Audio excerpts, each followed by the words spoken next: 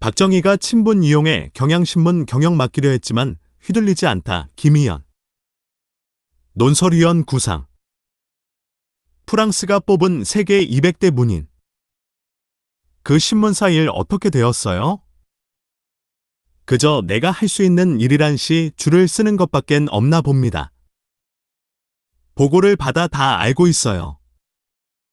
교회라는 거룩한 탈을 쓰고 그 짓들인데 그 사람들 법으로 혼들을 내주시죠. 그렇듯 당하고만 가만히 계실 거예요? 그럼 어쩝니까? 예수가 오른쪽 뺨을 치면 왼뺨을 내대라고 가르치셨는데야. 그래서야 어디 세상을 바로잡을 수가 있습니까? 그게 천주하기 어려운 점이지요. 천주학이라. 윤명심 사진작가가 1970년 초 구상 시인을 직접 찾아가 촬영한 사진. 육 작가가 2007년 낸 문인사진첩 문인의 초상에 실려 있다. 50여 년 전 박정희 대통령과 구상 시인 간에 있었던 대화이다. 시인은 이를 자전 연작 시집 모가 옹두리에도 사연이 66개 가감없이 담아 놓았다. 그가 평생 가슴에 묻고자 했던 비화를 이렇게 시로나마 일부 드러낸 까닭은 무엇일까? 나의 아버지 구상 시인은 명예를 대단히 소중히 여기는 사람이었다. 그는 그것이 자신의 것이든 타인의 것이든 좀 강박적이라 느껴질 만큼 평생 애써 지키며 살았다. 경향신문과의 인연에 대해 글을 써달라는 청탁을 받았을 때 맨 처음 떠오른 것이 그 비화였다. 하지만 나 역시 아버지가 묻으려 했던 사실을 새삼 들추어내는 일이 선친에 대한 불충이기도 하거니와 공연한 구설을 만들 거란 생각에 저어해 그저 경향신문과의 일반적인 관계만을 찾아 이것저것 자료를 뒤적였다. 그런데 국정원 과거사건 진실규명을 통한 발전위원회, 이하 과거사위원회에 경향신문 강제매각 의혹사건 조사 결과에 대한 보도 자료들을 접하면서 의아심이 생겼다. 과거사위원회의 조사에 의하면 5.16 직후 박정희 당시 국가재건최고회의 의장은 평소 자신과 친분이 돈독하고 천주교 내에서 신망이 높았던 신 구상을 내세워 경향신문을 인수토록 자금을 지원했다. 하지만 우여곡절 끝에 1962년 당시 성우산업 대표 이중구 씨가 경찰국장 출신 인척인 홍병희 씨를 내세워 경향신문을 인수하게 됐다. 이 과정에 이중구 씨는 천주교 재단 이사회로부터 손에 넣은 백지 위임장을 편법으로 사용하였는데 한홍구, 한겨레 20일, 2005년 7월 26일자 이 대목이 구상 시인이 죽을 때까지 발설하지 않았던 비화가 들어있는 부분이다. 당시 기억을 떠올리며 난리도 아니었다고 회고하던 집안 여자 어른들의 말로는 집 주변에 사복 경찰들이 몇 주간이나 깔려 있었다고 한다. 이후 수완 있는 사업가로서 1년 만에 경향신문 경영을 정상화시킨 이중구 사장은 우수한 인재들을 등용하고 젊은 기자들의 비판적인 기사를 적극 후원해 정론지로서의 경향신문 존재를 부각시켰다. 그러나 그는 1965년 국가보안법 및 반공법 위반 혐의로 구속되고 경향신문은 경매에 붙여져 1966년 기아산업 김철수 사장에게 소유권이 넘어간다.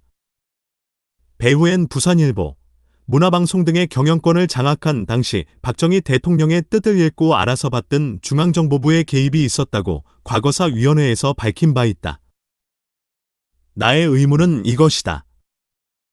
정권 친화적이 아니었던 이중구 사장을 그토록 견제하려 했던 박정희 대통령은 어째서 시인 구상에게 신문사 경영을 맡기려 했던 것일까? 단지 그가 천주교의 신망을 얻고 있는 인물이라 천주교 재단과의 교섭이 용이하리라 생각해서? 그렇다면 구상을 통해 경영권을 장악한 후에 비협력적일 경우 토사구팽하면 되리라 생각한 걸까? 내가 아는 아버지 구상 시인은 결코 어떤 독재 정권에도 협력적일 수가 없는 사람일 뿐 아니라 그가 평생 개인적 우위를 지켰던 박 대통령과도 정의의 대언칙을 거스르는 입장 차이에서라면 뼈아픈 결렬도 마다하지 않았을 사람이다. 그러한 구상 시인의 기질을 박정희 대통령이 친구로서 모르지 않았을 것 같은데 또 다른 천주교 인물 양한모 씨를 통해 경향신문 인수를 시도한 이병철 삼성회장의 자금력으로도 성공하지 못한 일을 구상 시인을 통해 하려 했던 사실이 왠지 좀 비현실적으로 다가온다. 1962년 봄 시인 구상은 경향신문 사태 이후로도 몇 차례 제안받은 중책의 자리들을 사양하고 일본으로 떠났다. 명목상으론 경향신문 도쿄지국장을 자청해 떠난 출행이었으나 실은 자신을 곤혹스러운 입장으로 몰고 가는 당시 정치, 사회 현실에서 떨어져 있으려는 의중 외에 이미 대수술을 감행하지 않고는 치유의 희망이 보이지 않던 고질병 폐결핵을 치료받기 위한 목적에서였다. 떠나기 며칠 전 구상 시인과 박정혜 장군은 이런 대화를 나눈다. 모과옹 두리에도 사연이 62. 바로 내 앞방에다 사무실을 마련해 놓았는데 끝내 가시기요. 이 판국의 일본 낭자들과 재미나 볼 작정인가요? 시인이란 현실에서 보면 망종이지요. 그래서 플라톤도 그의 이상국가에서 시인을 추방하는 게 아닙니까? 이 같은 대화에서도 드러나는 것처럼 나의 아버지 구상 시인은 형이상학의 세계를 추구하는 이상주의자의 면모를 평생 추구했기에 그 이후로도 권력 시스템과 연관된 어떠한 지위나 직책도 지닌 적이 없다. 그는 북에서 퇴폐주의, 악마주의, 부르주아적, 반역사적, 반인민적 등 7가지의 반동적 죄목의 딱지가 붙어 처형되기 직전에 필사의 탈출을 감행해 남아한 자유주의자이고 이승만 정권 치하에서 불어난 저술, 사회평론집, 민주고발 등로 찍혀 조작된 이적 혐의를 뒤집어쓰고 15년형을 선고받았다가 반년여에 걸친 옥살이를 한 방골이었다. 그러한 그였으니 설사 경향신문 인수가 성공적으로 이뤄져 사장직에 올랐다 하더라도 박정희 대통령이 군인이었을 당시 맺어진 친분 때문에 친정권 필봉을 휘둘렀을 리는 만무하다고 생각된다. 아마도 그가 경향신문 경영에 참여했더라면 박정희 대통령의 비극적 서거 이후 수년간 홀로 위령미사를 지내주곤 했던 개인적 우위조차 유지되기 어려울 정도로 두 사람 사이에는 균열이 생겼을지도 모를 일이다. 구자명 소설가 구상 시인 딸. 구자명 소설가 구상 시인 딸. 1993년에 출간된 자서전적 에세이집 예술가의 3구 구상편에 실린 에토스적 시와 3이란 글은 그가 경향신문 사태 이후 자신의 삶에 어떠한 주체적 변화를 일으키고자 노력했는지를 보여준다. 4.1 구간하고 또 5.16이 일어나자 나는 행동적 현실 참여의 허탈감을 맛보고 나 스스로의 능력의 한계도 느껴서 문학본령의 복귀를 위하여 강단으로 전신하고 말았습니다. 이때 오랫동안 나의 시작업의 휴면 상태를 메우기 위하여 바칠기 100편의 에스키스를 시작하였습니다.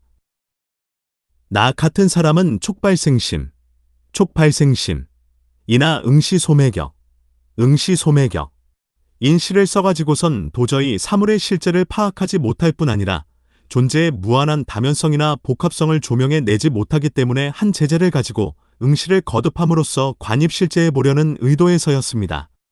그는 이렇게 자기 실존의 본령이라 여긴 문학에 본격적으로 귀의해 바칠기 이외에도 강실어요 까마귀 등 수백 편의 연작시를 남겼고 신앙인으로서 참 영성의 길을 추구했으며 수많은 사람들과 사회적 나눔을 이어가는 무자의 공인 역할에 충실했던 인물이다. 나의 아버지 구상 시인은 그의 시 제목처럼 홀로와 더불어 영원 속의 오늘을 살다가 오늘 속의 영원으로 떠났다. 삶을 노래하는 구도자, 현대 시단의 발자취, 평론집 민주고발로 옥고 칠어.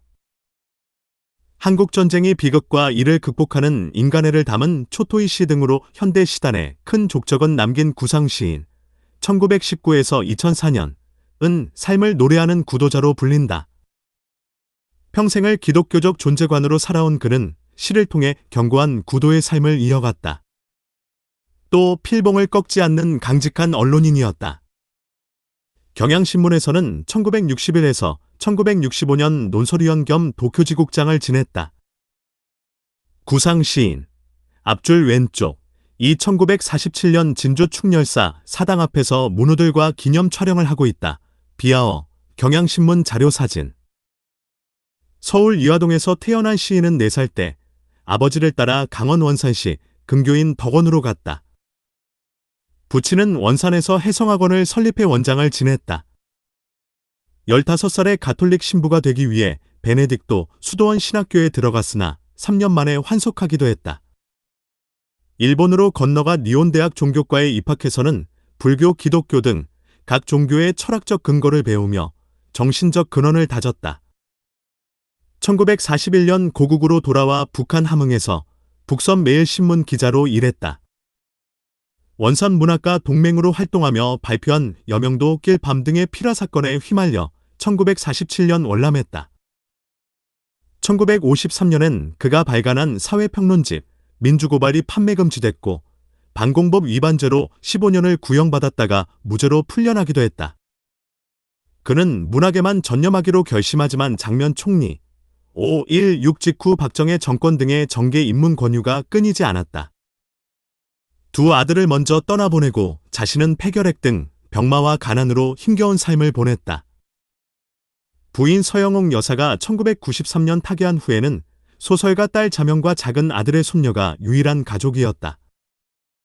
그리스도 폴의 강 싫어요 타버린 땅 싫어요 지잘난 싫어요 드레피스의 벤치에서 등 10권이 넘는 시집과 수상집, 수필집 등을 펴냈으며 팔순에 가까운 시기에도 인류의 맹점을 발표하며 문학에 대한 열정을 놓지 않았다.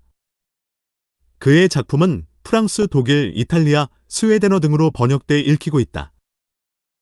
프랑스가 뽑은 세계 200대 문인의 한 사람이기도 하다. 1953년부터 1974년 구상문학관이 박정희가 친분 이용해 경향신문 경영 맡기려 했지만 휘둘리지 않다.